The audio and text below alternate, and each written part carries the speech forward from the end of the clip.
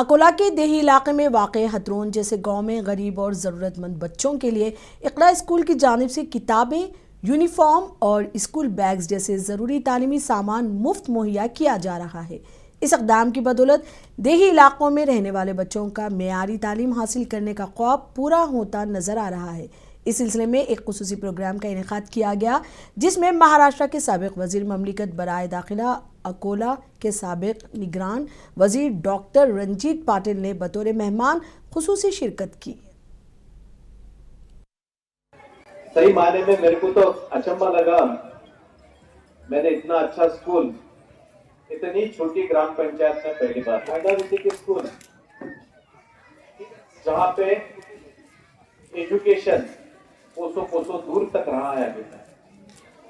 मैं ऐसे ही पूछ रहा था सहज ही, इन बच्चों के लिए आपने तालीम देने के लिए इंग्लिश में, यदि मैं सोचता हूँ अकोला में रह के तो मेरे बच्चों को या कोई भी साधारण स्कूल में भी एजुकेशन दिया तो 30 से 50 हजार रुपए साल का खर्चा आता है। फिर मैंने पूछा, यहाँ पे यूनिफॉर्म दिख रहे हैं, किताबें दिख रहे हैं, इन सारे बच्चों के लिए फ्री है। उसी के साथ में सिर्फ एजुकेशन नहीं, सिर्फ तालीम नहीं, वो भी इंग्लिश में।